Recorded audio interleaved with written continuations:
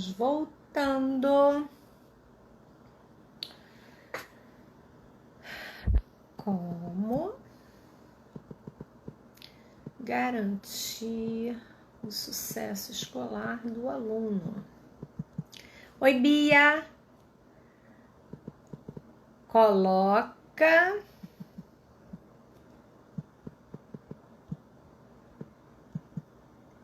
Esther, já vou te chamar. Vou só fixar o tema. Ok. Vamos. Chegando. Boa, Bia. Muito bem, Bia. Isso aí. A Bia já colocou. Já estou por aqui. Ela também. Todo mundo voltando. Então vamos embora. Vamos só dar um tempinho para o pessoal já voltar, né? E aí eu vou aproveitar para falar da live de amanhã. Amanhã nós teremos a Érica Schultz e o Patrick Borges. A Érica, ela é fisioterapeuta, pós-graduanda em psicomotricidade e ela é proprietária do Érica Schultz Estúdio do Bem-Estar. E o Patrick, ele é graduando em Educação Física, pós-graduando em Psicomotricidade, e ambos são cofundadores do Aprendizes da Psicomotricidade, que é o canal que eu falei ontem sobre neurociências, aprendizagem e psicomotricidade.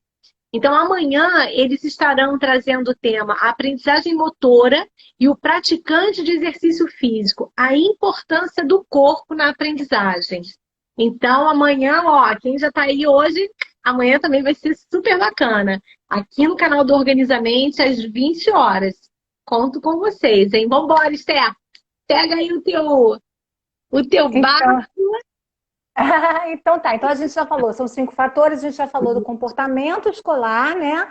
Que diz respeito a não faltar, não chegar atrasado, prestar atenção na aula, fazer as atividades, perguntar, tirar dúvida, que tem muito aluno que tem vergonha de tirar dúvida, principalmente adolescente.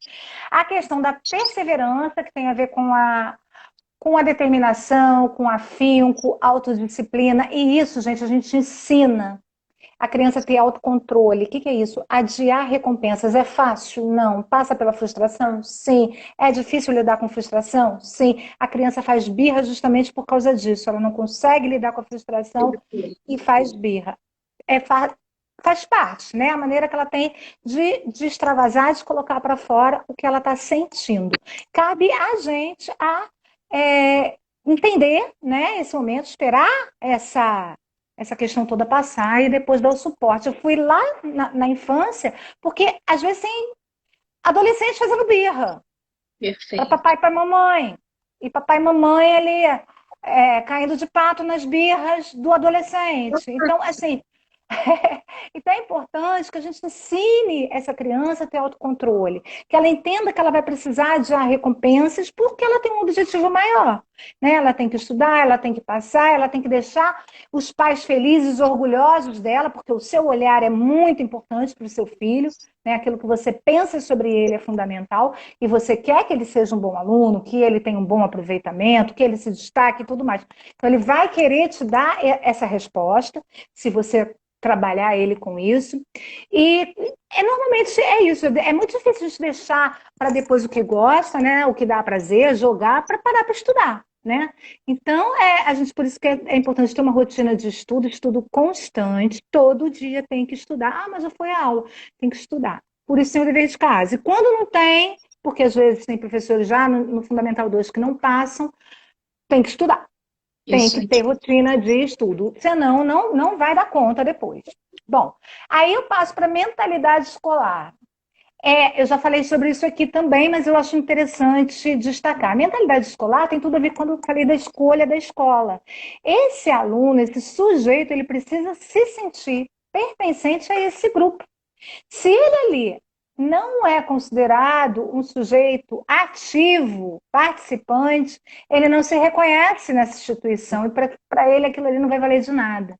Então ele tem que estar muito à vontade, ele tem que gostar de ir para essa escola, estar inserido nessa comunidade, ir à festinha na casa de alunos, de amigos, né? Receber amigos em casa, tudo isso é fundamental para que ele se sinta inserido. Porque tem muitos pais que, com a vida super sobrecarregada, não conseguem dar atenção a isso. E aí depois a cobrança, como é que vai conseguir? Não vai. Ele tem que estar. Então, ter consciência que suas habilidades e competências, elas aumentam com o seu esforço, né? E, assim, quanto mais a gente se esforçar, mais a gente vai estar competente a fazer algo, né? E é sempre importante também os pais mostrarem que o filho tem condição, tem capacidade, que tem ajuda, que tem aonde recorrer. Precisou de mim, eu estou aqui. Precisou de um profissional, eu vou chamar. A gente vai resolver e essa situação vai resolver. Passar essa segurança é fundamental. Existem recursos, né? Então, assim, eu acho que falta muito isso, né? É como se eles se vissem sozinhos.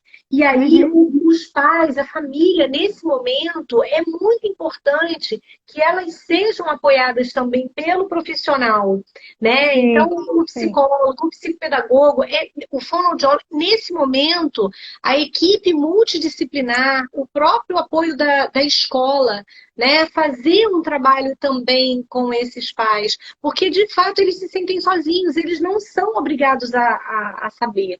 Né? E nós, profissionais, nós estamos aqui exatamente para isso. Sim. Eu sempre falo isso, Ana. Eu acolho família. Eu acolho mesmo, abraço e cuido, porque, sabe, cansei, passei por escolas, né? Já são lá, se vão 30 anos de profissão. E diretora de escola não queria ver mãe nem pintada, mãe dá trabalho, mãe cobra, sabe? Mas nem mãe, nem profissional. É. Nem mãe e muito menos profissional. Já peguei escola que já falou, não falo com profissional. Oi? Surreal, mas acontece, surreal. Então, assim, esses pais precisam de ajuda, não vem, as crianças não vêm com manual, cada uma tem as suas questões, né? Eu citei aqui alguns exemplos das crianças com as quais eu convivo, a gente está falando da filha da Bia, que tem realmente uma menina cheia de energia, tem altas habilidades, mas tem algumas coisas que ela também precisa ir aprimorando para poder, né, sentar na cadeira, ficar mais comportada, ficar mais quietinha. Enfim, e isso, gente, é com toda criança, se não é numa coisa, é em outra, né? E a gente vai, a educação, ela é esse processo, faz parte disso tudo. E então, assim, então eu falei agora da mentalidade escolar, né? E a gente passar muito isso, dessa crença positiva e que a criança é capaz, que ela vai receber uma ajuda e ela vai conseguir, ela vai conquistar, e que à medida que ela for se esforçando, trabalhando, ela vai tirar de letra. Hoje também veio um caso de uma menina que vai fazer prova para o peso segundo, né? Eu também estou fazendo um trabalho com ela. Aí o pai me ligou desesperado, porque ela está com preguiça de estudar matemática. Enfim, a gente está com uma conjuntura aí complicada, né? E aí desfoca para fazer uma continha simples, a menina demora, ele perde a paciência e vê aí, que ela está... naturalmente, Esther, o que vem com essa questão, né? Burra, preguiçosa, né? O próprio pai. E aí, quando ele chega no consultório, muitas vezes ele fala, ai, mas eu falo isso, ai, mas eu já falei, ai, mas será que isso tem um problema? É óbvio que, assim, ninguém faz de propósito isso, Sim, né? Porque existe um cansaço, existe um esgotamento mesmo por parte dessa família, desses pais.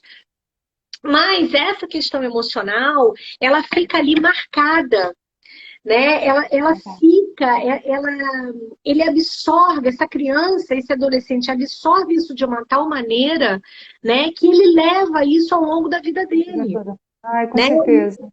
E isso vai impactando diretamente nesses novos momentos, né, da vida. Então, a gente, enquanto psicólogo, né, enquanto processo psicoterápico, desconstruir o que essa criança internalizou, né? Enquanto criança e vai levando isso ao longo da vida, muitas vezes no processo de psicoterapia, a gente pega adultos, né, que traz isso que ficou lá atrás, esse trauma que ficou impactado lá atrás.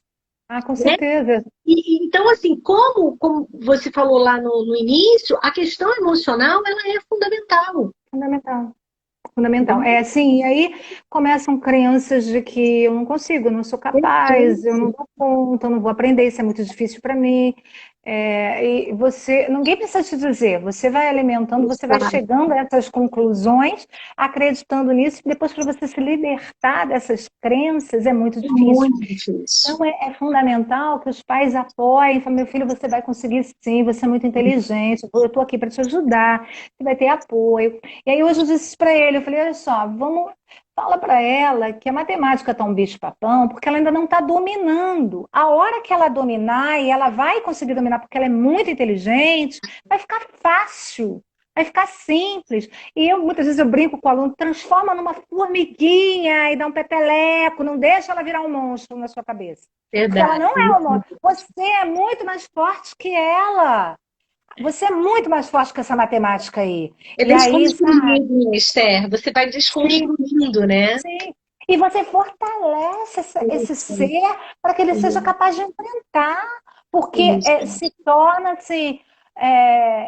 Imagino assim, na nossa vida, em todos nós, né? Se a gente já não teve alguma coisa que nos impediu, algum pensamento, alguma crença que nos impediu de fazer alguma coisa que a gente queria muito, porque a gente não se achou capaz, porque a gente não se achou competente, a gente achou que não era pra gente, entendeu? A gente, como você colocou, a gente carrega isso, né, a vida toda. Então, se os pais, os professores também puderem, eu confio muito nos meus alunos, eu sei, eu demonstro que eu tenho, olha, eu confio no que você está fazendo, você vai me dar retorno, você vai fazer bem feito, isso é muito importante, até porque inconscientemente você joga uma responsabilidade para o outro e ele tem que fazer de tudo para te dar devolutivo. É muito Tá? bacana, né? Ele tem que É muito. superar aquilo ali, né? Aquela expectativa, né? Até Sim, sim. porque nós estamos falando de seres humanos, né? E enquanto ser humano, não existe perfeição.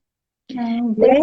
E aí eu tenho um traço de caráter, eu tenho um traço de personalidade que evidentemente vai impactar, né, nessa criação, além de todo o modelo que eu trouxe, que eu trago internalizado, Se né, que reproduz vem muitas também lá vezes. das gerações dos meus antepassados, né? Então de que maneira eu vou trazer isso para o meu filho, né? Qual é o impacto da minha persona na persona do meu filho e como é que ele vai transformar isso na aprendizagem. Sim, olha, para mim isso que você falou foi muito bacana, porque quando eu me vi professora com 18 anos, o que eu sabia de educação foi a que eu tinha recebido, né? Perfeito. Com 18 anos, a gente faz um curso normal, e aí você se depara com todo tipo de criança. E aí você vai vendo que aquele teu modelo, ele é ineficiente pra caramba. E os Ainda mais alunos com 18 anos, né, Esther? E os alunos vão te ensinando que se você for naquele teu modelo, você vai se dar mal. Então você tem que se reinventar. E você tem que perceber como é que o aluno é e se adaptar, né? E tentar fazer algum tipo de transformação, de fazer algum tipo de melhora, ou dar algum tipo de contribuição para esse aluno. Porque você não. Eu me lembro, meu Deus, até eu contando. Um, dois, três. Depois, meu Deus, o que eu estou fazendo? Um, dois, três, para o aluno ficar quieto, entendeu? Sabe? Mas Eu fui Esther, criada naquela assim, época, sobre. lá atrás, né? Porque nós somos jurássicas, né, Esther? Me perdoe, Exato. mas nós somos jurássicas, né? Porque Sim, assim, eu tenho 31 anos de psicologia, né? De intuição. também Então, por assim, aí. nós somos contemporâneas, né? Então, assim, naquela época era assim, né? E que Calar a bom que as boca. mudanças estão aí, né? Uma vez já mais velhinha até, né? Porque a gente eu lembro que eu não deixava, eu era coordenadora de uma escola, eu não deixava os alunos saírem, porque não podia sair da escola, mas ficava um baleiro concorrendo comigo do lado de fora, e as crianças então queriam ir no baleiro. E a calçada era muito estreita ali, era muito perigoso.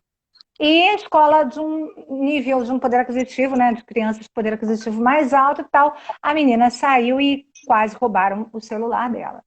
Quando Nossa. ela voltou, ela falou para mim assim, chorando: quase roubaram meu celular. Aí eu falei assim: bem feito, quem mandou você sair? Gente, a criança começou a chorar. Aconteceu uma coisa seríssima comigo e você disse bem feito. Aí eu falei: não, não era isso que eu queria te dizer. Eu refleti na hora. Eu queria te dizer que eu estou pedindo para vocês não saírem porque é perigoso, que eu morro de medo. Então, isso que aconteceu provou o que eu estou dizendo, mas eu não quis que isso acontecesse. Mas a gente tem que pensar no que fala. E Exatamente. a gente reproduz. Eu fiz exatamente o que meu pai teria feito. Com certeza, com Entendeu? E certeza. vai no automático. Se a gente não parar para É isso aí. refletir, se policiar, a gente reproduz igualzinho, sem tirar nem pôr, Então, né? o Então, a modelo, gente né, tem é um muito papel. forte e muito poderoso, né, Esther? São os nossos pais, né? E nós, como pais, nós somos modelos muito poderosos. Assim como o professor lá atrás. Ele era um modelo, ele era uma figura de poder, né? Ele Uhum. tinha, de fato, um poder, né? E isso, infelizmente, com o tempo, isso veio, né? Então, assim, é, o que a professora lá atrás falava era, eu acho que era no mesmo patamar que aquilo que a minha mãe falava, né? E era internalizado com uma força tão grande, né? E que o impacto, de fato, ele corria mundo aí, né? Uhum. Eu lembro, eu com 5 anos, uma professora me chamou de burra e preguiçosa. E aí eu só fui me livrar do burra e preguiçosa quando eu fui fazer especialização em neuropsicologia. Porque no momento, e olha que assim, desde os 26 anos fazendo terapia, e fazendo terapia, né? Mas não se falava em TDAH, não se falava em dislexia. Não, eu estou falando, gente, de 1991, eu estou falando de 1989, eu estou falando de 1993, né? Que não, nós não tínhamos isso. E Não. aí, em 2006, quando eu entrei para fazer especialização em neuropsicologia, que o professor de psiquiatria foi descrevendo, né, a sintomatologia do transtorno de déficit de atenção e hiperatividade, as lágrimas foram correndo pelo meu rosto. E aí, quando ele virou, ele falou: que houve, Laviano? Eu falei: Me cara, eu identifiquei. estou descobrindo que eu não sou nem burra nem preguiçosa. Eu estou descobrindo que eu tenho um transtorno. E aí eu estou falando de 2006, né? Então, já tem bastante tempo, mas como isso, como esse termo, né? O burro e preguiçoso, como isso encaixou aqui dentro, porque de fato eu tinha muita dificuldade na aprendizagem, muita dificuldade na memorização, né? Uhum. E no momento que eu li, que eu entendi o que eu, né, o que eu tenho, o que eu tinha e o que eu tenho, fez todo um sentido para mim.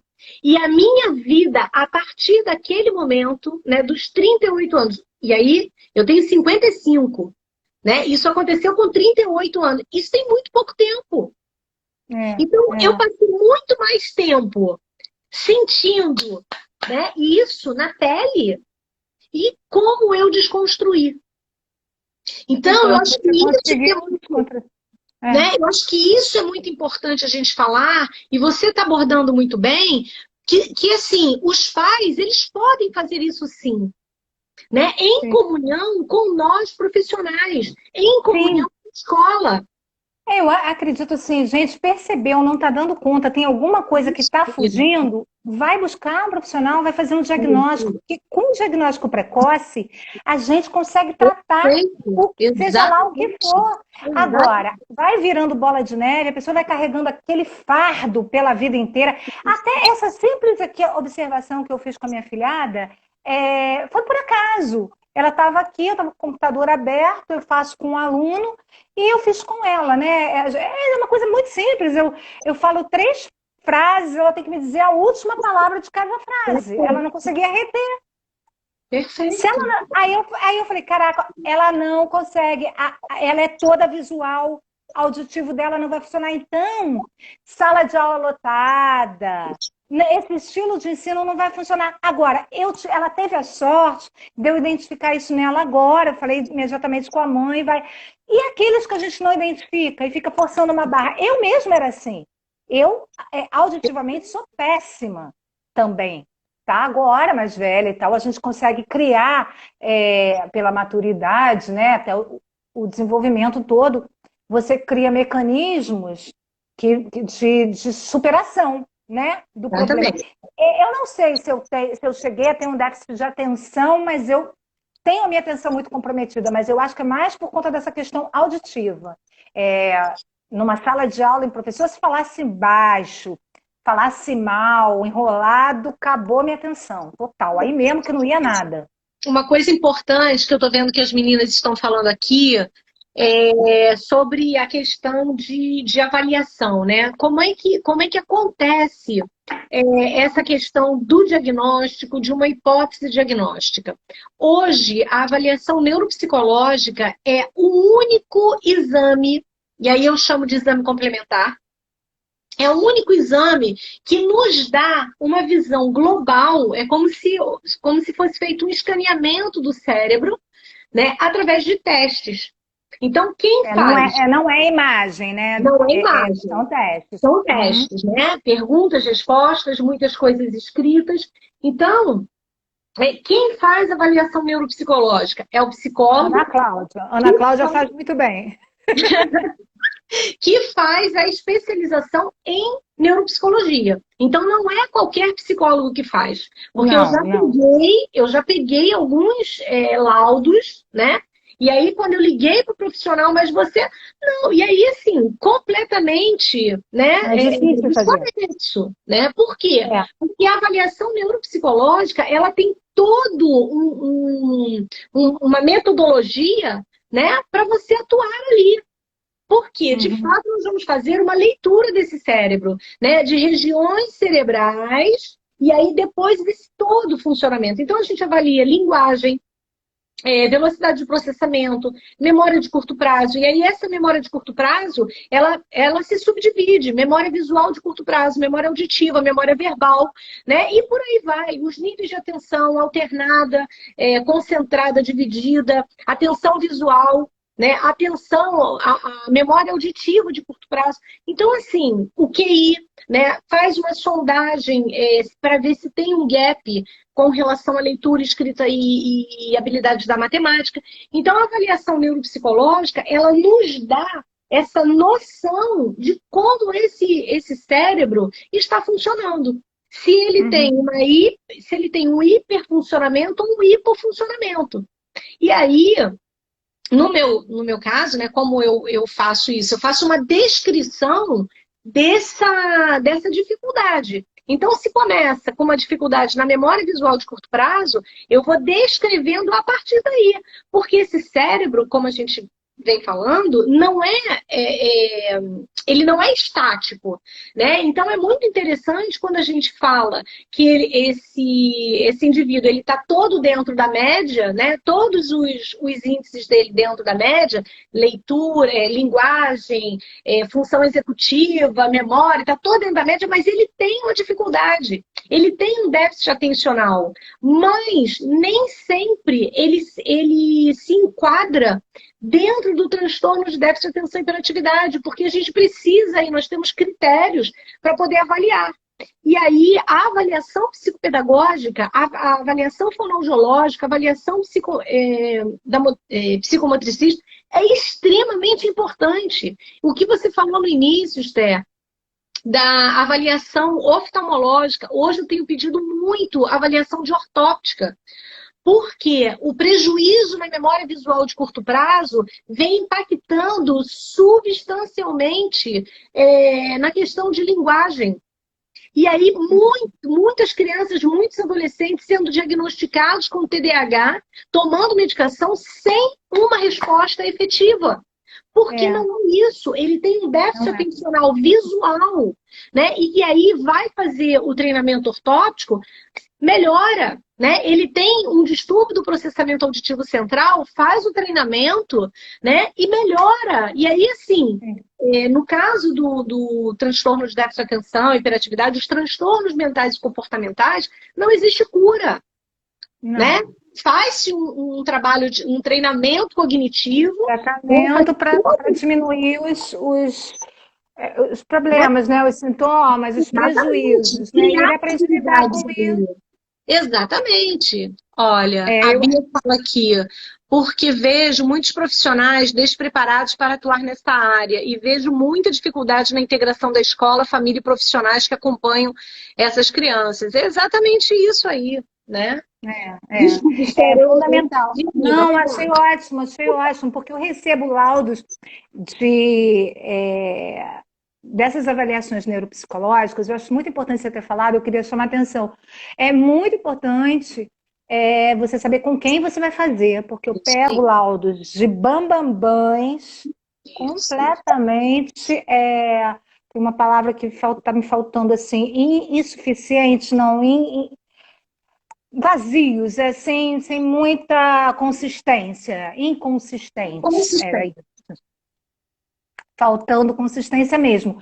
Então, a criança sugere, eu sei que a gente não pode fechar quadro, porque mas uma sugestão muito pouco fundamentada, o que me assusta um pouco. E assim, exames caríssimos desses profissionais. A avaliação neuropsicológica não é barata, né? Porque assim, os testes em si são muito caros, né? E dá trabalho pra caramba, né? A avaliação psicopedagógica também não, porque se dá em 10 sessões, eu visito escola, eu vejo material, anamnese com os pais, nunca fica uma hora só, passa, né? A criança vem todos. Então, assim, mas é muito importante. Esther, da questão da avaliação psicopedagógica, porque eu acho que nesse momento, talvez não agora, mas mais adiante, eu acho que vai haver aí, sabe, uma demanda. Eu já estou sentindo, a demanda da avaliação neuropsicológica já está chegando. Então, fala um pouco dessa questão da avaliação psicopedagógica, como é que você faz, como é que é isso? A primeira questão é a queixa, né? Normalmente vem a queixa dos pais, meu filho não anda bem na escola. A escola mandou chamar, entrar em contato com uma psicopedagoga. A escola indicou você. E aí, o que acontece? Aí o pai relata o que ele percebe, eu chamo essa família para conversar. Depende muito, mas a maioria das vezes eu gosto de fazer a anamnese logo na primeira sessão, porque aí eu já vejo toda essa parte orgânica e já dou uma descartada nisso. Então, para que não me gere nenhuma confusão. Tá? Há especialistas na psicopedagogia que deixam a anamnese para o fim, que é a proposta original do Jorge Visco. Eu prefiro fazer de cara, porque eu já vejo como é que nasceu. Por exemplo, a primeira pergunta, como é que foi o parto? Houve alguma questão depois que nasceu, alguma parada cardiorrespiratória, porque acaba trazendo algum tipo de sequela, né, nesse cognitivo, quando pode trazer, né? Então, eu já fico atenta a isso.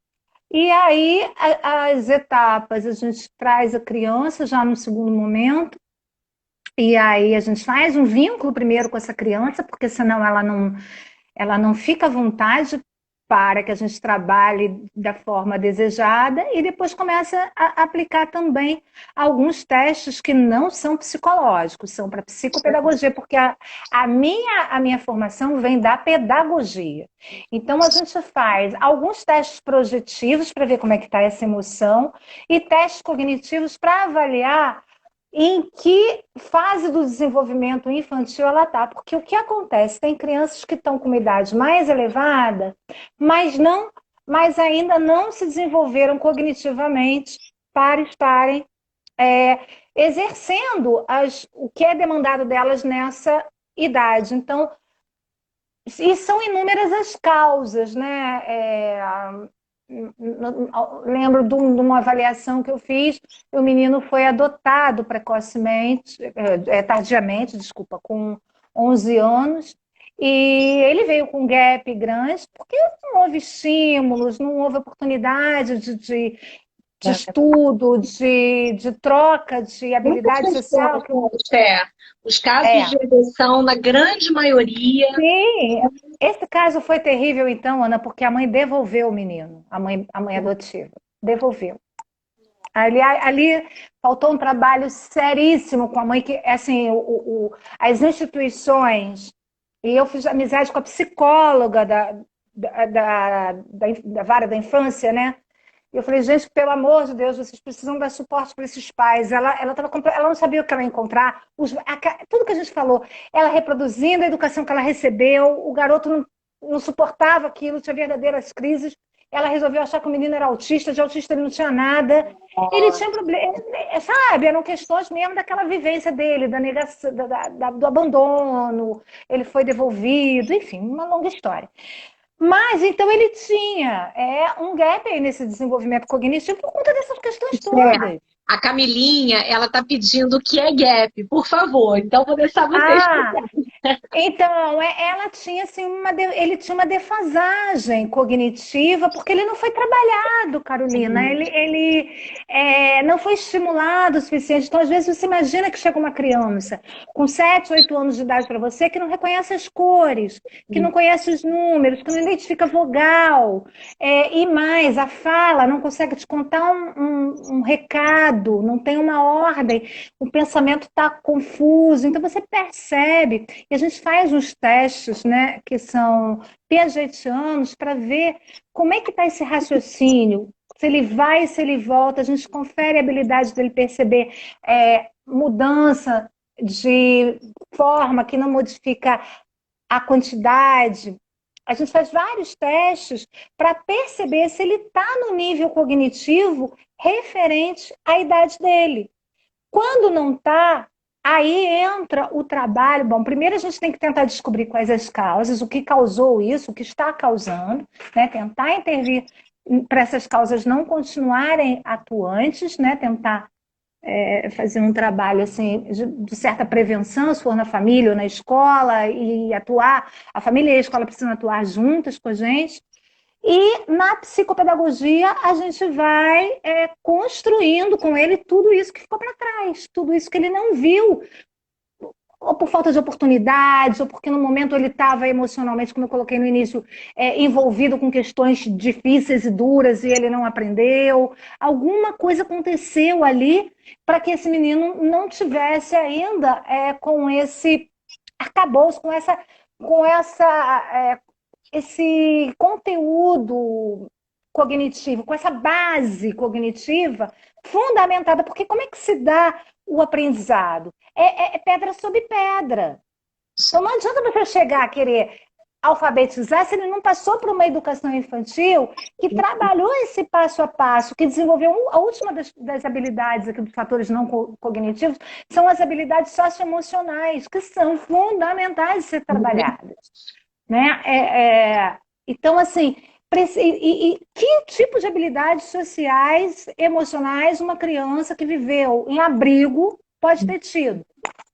Como é que ela ficou emocionalmente? O que ela viu? O que ela vivenciou? O que ela sofreu de maus tratos? Então, não aprendeu por quê? E não tem nenhum comprometimento, então vamos fazer com que ela aprenda. Pode demorar, mas ela vai aprender.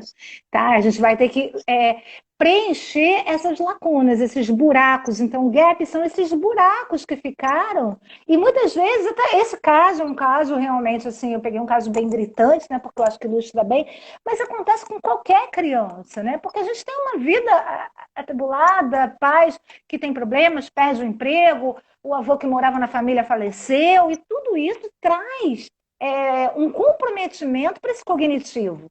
Tá? São situações situacionais, mas que nesse momento eles comprometem o aprendizado. E aí, comprometendo o aprendizado, ela não consegue depois evoluir, porque o aprendizado ele é constante, né? E é como eu falei, pedra sobre pedra. Não teve a pedra de baixo, não dá para colocar uma pedra em cima, vai cair, não vai se sustentar. Então, tentei ser assim, bem didática, ficou claro? É? E ela já agradeceu também, né, Camilinha? Ah, que bom, que bom. Não, ótima pergunta, isso mesmo, não deixa passar, porque ficam sim. E são esses buracos que atrapalham. E atrapalha assim, um exemplo bem bobo. A criança não sabe multiplicar, não sabe a tabuada, provavelmente não vai conseguir dividir. Não Exatamente. adianta. Na matemática isso se evidencia de uma forma muito clara. Né? E se ela não vai conseguir, se ela não sabe dividir, ela não vai aprender fração, MMC, MDC. Aí pronto, aí o rolo está feito. O que Isso tem aí. que fazer? Fazer a base. E aí, às vezes, tem que entrar um professor particular para voltar com a matemática, ensinar a matemática. Quando é só aí na matemática, porque às vezes é em outras áreas. Quando são em todas as áreas. Por isso, assim, quando chega para mim, eu procuro fazer uma triagem, né, de cara para ver o que é. Né? E se eu perceber que é alguma coisa que um professor particular não vai dar conta, eu chamo os pais e Perfeito. para poder dizer, olha, porque senão não vai adiantar, não vai Não vai adiantar. adiantar. Aí eu falo, vai gastar É o dinheiro que à eu costumo toa. falar, Esther.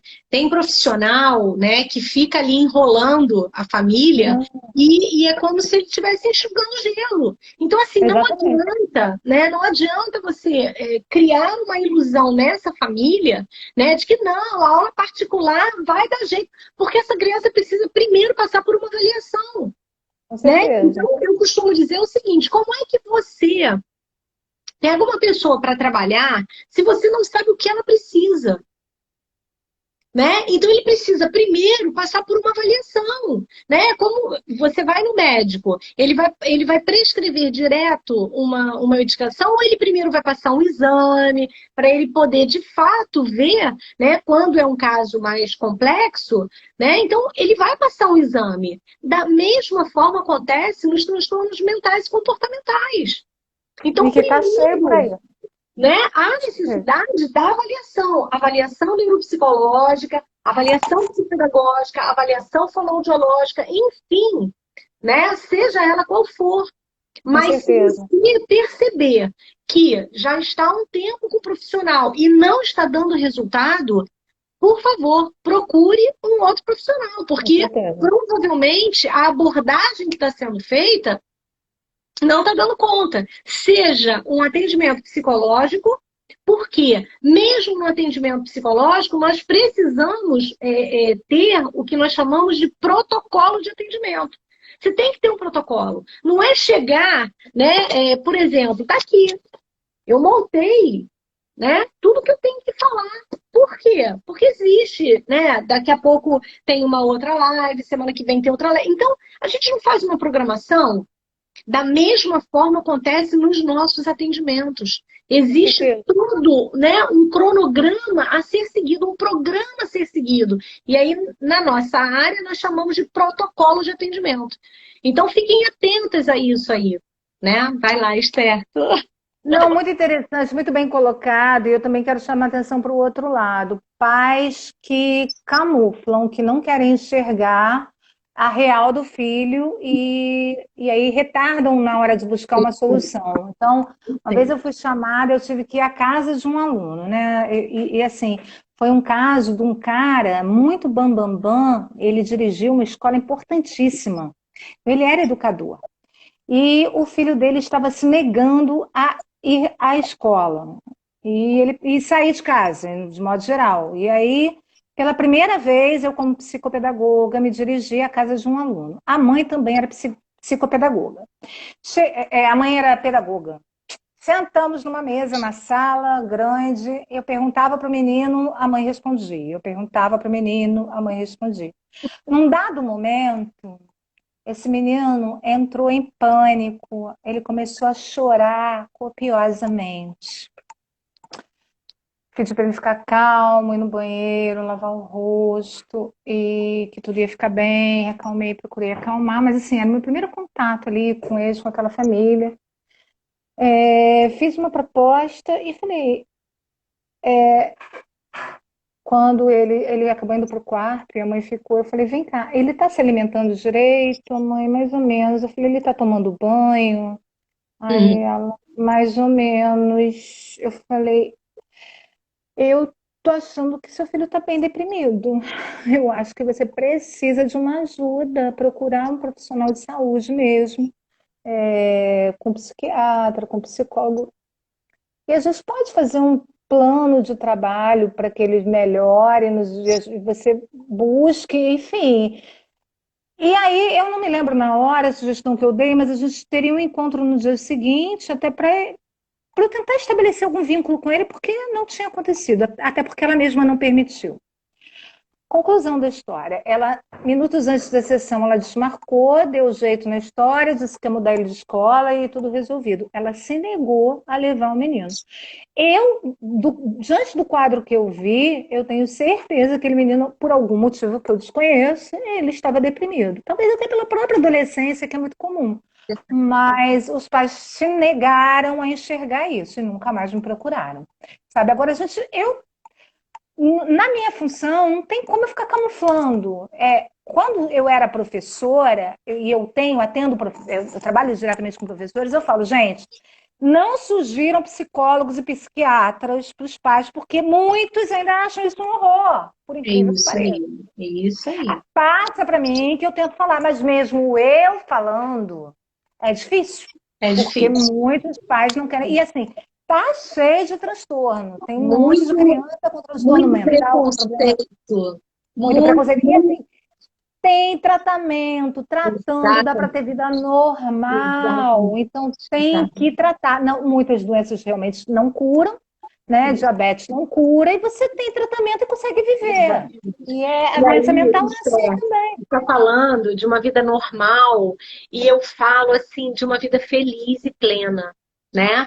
Porque assim, eu sou quando eu recebo o paciente no consultório, né, que ele vem, e aí eu digo assim, olha só, eu sou de uma época que eu não tive tratamento. Eu era chamada de burra e preguiçosa. Esse foi o meu diagnóstico. E eu estou aqui, sem tratamento, sem medicação. Aos 38 anos, eu descobri o que eu tenho. Então, não coloque esse diagnóstico debaixo do braço e você vira uma vítima, um coitadinho, um pobre coitado. Sim, não, o diagnóstico não é para isso, Então, eu acho O que assim, é diagnóstico. muito importante nós tocarmos nesse ponto da questão do preconceito que a família tem. Ah, não vou botar no psicólogo porque meu filho não é maluco. Ah, não vou levar no psiquiatra porque vai ficar viciado com a medicação. Ah, É não muito tem isso. pedagoga. Não, ele está na professora particular. Existe uma diferença muito grande entre o professor particular, entre o psicopedagogo, entre o psiquiatra, entre o psicólogo. Né? Com E aí certeza. eu costumo falar que é cada macaco no seu galho. Né? Eu Sim, sou com muito certeza. feliz com a minha atividade profissional, né? Exerço a neuropsicologia com um amor muito grande, né? E eu acho que essas coisas, da questão do preconceito, né? Nós temos que falar sim, porque existem saídas e esse indivíduo ele pode viver uma vida com todo o transtorno dele, plena e feliz. Sim, Né? E com aí certeza. eu sou prova viva disso, a própria Esther, né, que já falou também que tem algum tipo tinha, né, Uhum. uma dificuldade, e está aí, né, super realizada, feliz e ajudando a tantas outras pessoas, né? Sim. Então acho que isso é muito importante a gente falar também, né, Esther, bater bastante nessa tecla. Muito, muito. Porque não adianta a gente ver o modelo do filho dos outros ou o irmão, porque o irmão é tão bom e consegue, ele não consegue. Sabe, cada um é cada um com as suas questões e a gente tem que estar ali ajudando, é, mostrando que a gente está junto, ombro a ombro, né? Dando apoio, dando Apoiando, né? suporte, porque senão a gente acaba, como você também bem colocou, perdendo, né, essa criança para a vida, para o mundo, e aí depois já era. Então a hora é agora, a gente não pode deixar. A live de hoje, né, essa questão de como garantir o sucesso escolar, na verdade, muitas vezes a gente fiz palestras falando sobre fracasso escolar, e o fracasso escolar ele era relacionado ao fracasso de vida, o que é um Perfeito. outro mito, né? Mas assim, para as crianças e para os pais, eles acham, e naquele momento ele fracassou na escola, ele fracassou na vida. E isso a gente também precisa desconstruir, porque ele não vai para um São Bento, ele não vai para um cruzeiro, ele vai para um colégio mais alternativo, mas ele vai desenvolver habilidades, ele pode ser um grande profissional e surpreender. Quantos casos a gente não, né, tem aí? E outra coisa, Esther, e outra coisa, nem sempre fazer, ir para a faculdade, ter um curso superior, né? Nem sempre é sinônimo aí de sucesso, né? Porque tem muitas outras áreas que ele se desenvolve e que ele é muito feliz e vai bem obrigado. Sim. E tem sucesso também financeiro. Sim, sim. Então, assim, nadar contra a correnteza, eu acho que é um esforço desnecessário. Claro que você vai fazer o seu papel, né, o que a gente colocou o tempo todo, é preciso que você esteja ali supervisionando, apoiando, ajudando no planejamento, que é fundamental, né, dando todo esse suporte, mas tem que ser muito, assim, consciente do perfil do seu filho. Né? A gente tem múltiplas inteligências. Então, de repente, ele não é bom numa coisa, mas é muito bom para outra. E a gente tem que se apoiar naquilo que a gente é bom, ao contrário do que se pensava antes, que a gente tem que desenvolver potenciais. A gente consegue, sim, mas, por exemplo, se eu nasci com talento para ser pianista, uma pessoa que não nasceu, ela pode até tocar piano, mas ela nunca vai ser entendeu? Então, há pessoas que nascem, a gente praticando, a gente aprende. Agora, há pessoas que já nascem com um talento, que a múltipla inteligência não deixa de ser isso, que se ela for bem trabalhada, ela vai ser the best, o melhor ali da área dela. Então, os pais estarem muito atentos a isso. Ela fala muito bem, ou ela canta muito bem, ela pinta muito bem, o que ela faz bem? Então, fortalece esse talento, até porque ela vai ser reconhecida por uma habilidade dela, vai ajudar muito também na autoestima. E aquilo que não for muito legal, traz para um nível 5, para ela, pelo menos, saber lidar com aquilo, né, de uma forma que não atrapalhe, né? Traz para um 5 ali na média e estimula aquilo que ela tem de bom. É a habilidade de fazer ginástica rítmica, natação, corrida. Então, sabe? Então, nisso ela é boa. O resto traz ali para a média. Você está fazendo isso, Esther, e eu estou pensando, né, muito das expectativas que esses pais colocam, né, em cima dessas crianças e desses adolescentes.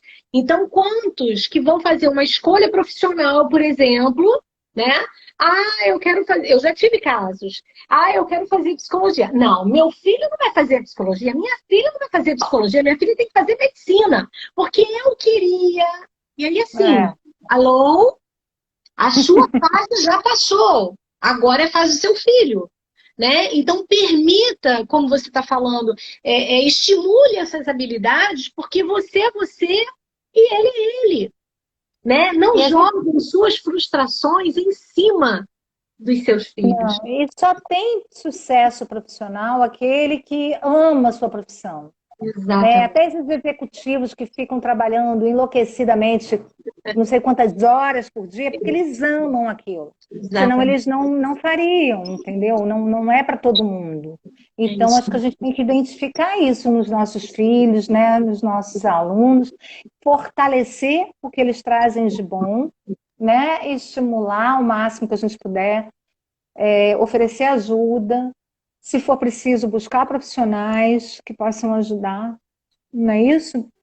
Perfeito. E aí, então, assim, eu vou falar, só para a gente ir finalizando, dos 5 fatores não cognitivos, que é o comportamento escolar, perseverança escolar, a mentalidade escolar, estratégia de aprendizagem, que a criança precisa descobrir se ela é mais visual, se ela é mais auditiva, que a gente já permeou por isso também, e ela encontrar a melhor forma. O adolescente muitas vezes sabe, ele fala, eu preciso fazer resumo. Ele já sabe como é que ele vai. Isso, aí ele vai estimular, né? Que ele planeja, avalie, monitore. E habilidades sociais, que é fundamental. que ele tenha boas habilidades interpessoais, seja empático, seja assertivo, tenha um espírito cooperativo, porque às vezes, hoje em dia, a gente tem uma geração de muitos filhos únicos, né? Então, é difícil. Estimular a autorresponsabilidade, mas sem aquilo, chegar lá no final e cobrar o resultado da nota. E tirou nota baixa, vai ficar de castigo. O que você contribuiu para o seu filho tirar uma boa nota, né? E o que fizeram para ele tirar uma boa nota? Então, assim, eu defendo aluno. Eu defendo porque eles são crianças, nós é que somos os adultos da história. Então, a gente tem que apoiar. Concordo com você, e você tocou num ponto muito importante, que eu acho que falta muito, né? Falta muito atualmente, que é a questão dos valores, né? Quais são os valores que eu passo, né? Que eu tenho e que eu passo para os meus filhos, ou quais são os valores que eu não passo, né? E aí é muito fácil você chegar e você julgar.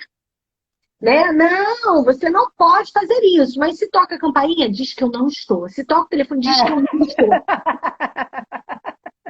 Exatamente, é o exemplo, né? Né? Exemplo é tudo. Exemplo É a melhor forma de ensinar, E aí, assim, são valores. O que hoje, né, o que atualmente nós estamos vendo aí em várias esferas, né, faltando, nós estamos carentes de valores. Então, desenvolvam isso, né, pratiquem isso, né, que eu acho na que é muito prática, né? importante, né?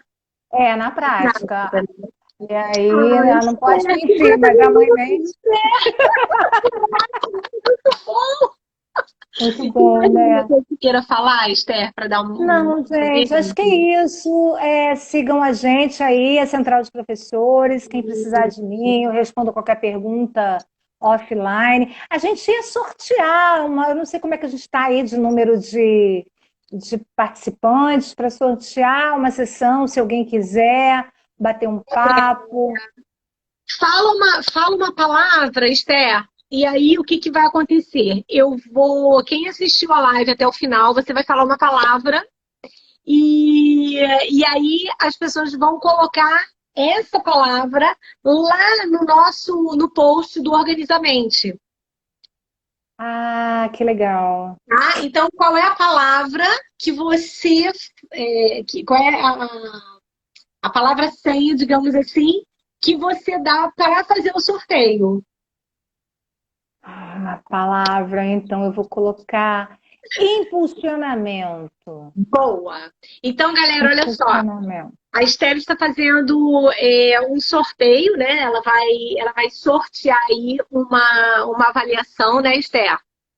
Isso. E a palavra é impulsionamento. Então, o que você vai fazer para você ser sorteado? Você vai lá no post, na página do Organizamente, tem lá o post da nossa live, e você que assistiu, você vai colocar a palavra-chave impulsionamento. E aí, eu e a Esther, né, nós vamos numerar e nós vamos, claro que aí vai ser offline, né, mas só nós duas estaremos, mas nós podemos filmar tudo e vamos postar também o momento do sorteio. E aí nós entraremos em contato, a Esther entra em contato com a pessoa sorteada. Tudo bem? Vocês querem? Vocês aceitam? Então, dedinho aí, mãozinha. Gente, eu não vejo nada frustrante. Amanhã, a live de amanhã vai ser sobre psicomotricidade. Não vai ser para autistas. A psicomotricidade de um modo geral, porque eles são pós-graduandos em psicomotricidade, então aprendizes da psicomotricidade, nesse aspecto, eles são ainda bem novinhos, né? Então nós estamos dando aí um apoio para eles, né? Um impulsionamento para eles, mas são profissionais. A Érica já é fisioterapeuta, o Patrick tem outras formações também, mas são profissionais assim de excelência. O estúdio da Érica assim, tem uma conduta, né, no Pilates, na parte de fisioterapia maravilhosa, mas não vai ser específica, vai ser bem abrangente, né? E aí aproveitando, aprendizagem motora e o praticante de exercício físico, a importância do corpo na aprendizagem. Inclusive, ontem eu falei a parte de neurociências, psicomotricidade, neurociências, aprendizagem e psicomotricidade. Então, tá lá no canal do @aprendizes da psicomotricidade. É isso mesmo? Aprendizes da psicomotricidade. Então tá lá no canal se vocês quiserem assistir a live de ontem. Esther, gratidão, foi maravilhoso. Eu que digo, adorei também, Ana, adorei. Muito bom. Então, assim, então, para vocês que participaram agora da live com a Esther, a palavra é, qual é, Esther? Impulsionamento. Então, impulsionar o que está travado aí, botar para acontecer, né? Isso aí. Então, a Esther vai fazer um sorteio de uma avaliação, ok?